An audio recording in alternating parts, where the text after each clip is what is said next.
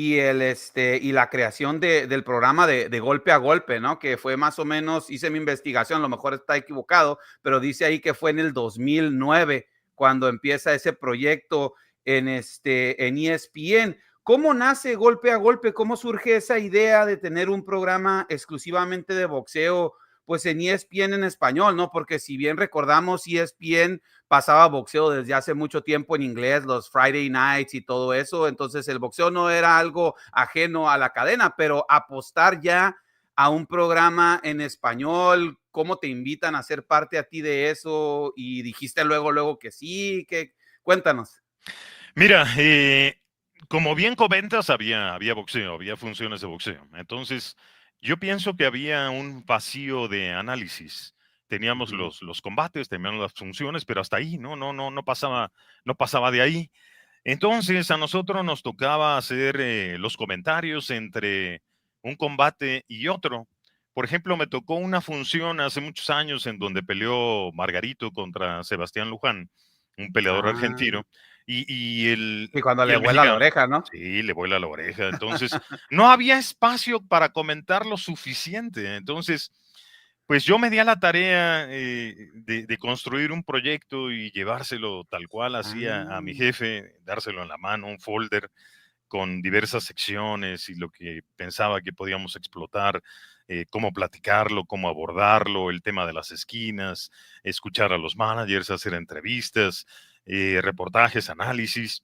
Pero el foco era el día de los pesajes. Esa era la concentración oh, total del programa. De eso sí, sí, había sí. que distinguirse de alguna manera, porque siempre ha habido antes y después de las peleas, ¿no? Siempre hay quien hable de los grandes combates antes y después, pero no había quien cubriera los pesajes. Todo el mundo llegaba y el sábado estaba listo para la pelea, sí, pero nosotros queríamos llegar el viernes, Claro. presenciar el pesaje en vivo, ver en qué condiciones estaban los peleadores, hablar con Sí. ellos antes de la pelea y hablar con ellos después de la pelea. Entonces, pues así nació, así surgió. Mi jefe, Armando Benítez, en ESPN, creyó en el proyecto, me dijo que sí, que lucía bien, que podríamos experimentar algún tiempo con el programa para ver si jalaba, si tenía cierto impacto y duró pues 11 años. Sí, 11 sí, años. sí, no, y creo que tocas un muy buen tema porque obviamente después de aquel furor que se armó en la pelea, si mal no recuerdo, de Félix Trinidad con Oscar de la Hoya, que creo que fue el primer pesaje que televisaron, que recuerdo yo que fue una idea de Larry Merchant de decirle a HBO, sabes que deberíamos de empezar a hacer de esto también una celebración, ¿no? Como una ceremonia que es el pesaje y que lo hacen en vivo y empezó a agarrar mucho auge. Entonces, imagínate, eso ocurrió en 1999, fueron 10 años atrás. ¿Cuántas peleas grandes no habían sucedido ya donde habían habido pesajes? Porque obviamente los pesajes ya ocurrían un día antes de la pelea, por lo tanto se dejaba mucho material ahí, ¿no? Que no se cubría en su totalidad porque pues no habían esos programas o esa prensa que estuviera ahí en esos momentos, sobre todo tomando en cuenta que cuando hacían los pesajes eran los pesajes reales, ¿no? No ya como ahorita que son pues pesajes ceremoniales nada más que ya no cuentan, ¿no? Que tú mirabas al peleador como en esa ocasión de Félix Trinidad y Oscar de la Hoya, que Oscar de la Hoya se tuvo que desnudar para poder dar ese último gramo, ¿no? Y dar el peso y todo. Entonces era algo, yo creo que muy interesante. Entonces tú eres el que crea el programa y el proyecto. ¿Siempre tuviste tú una idea de que te acompañara un boxeador en el otro lado como el analista?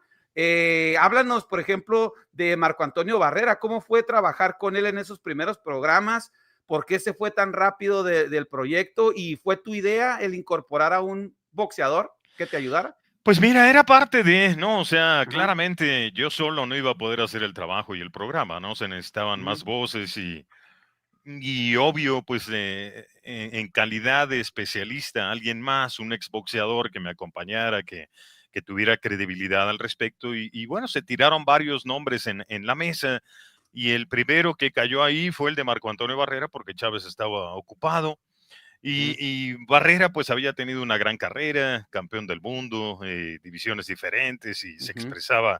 se expresaba bien. Entonces pues al final dijimos, bueno, es capitalino, aunque vivía en Guadalajara. No sé si siga viviendo en Guadalajara, Sí, pero comenzó a hacer el viaje a la Ciudad de México y la verdad es que nos acoplamos muy bien. Él siempre ha sido bien intenso para charlar y no se guardaba nada y con esa credibilidad que te digo que tenía como campeón del mundo, pues todavía lo acompañamos a algunas de sus peleas, ¿no? Porque estaba sí, vigente.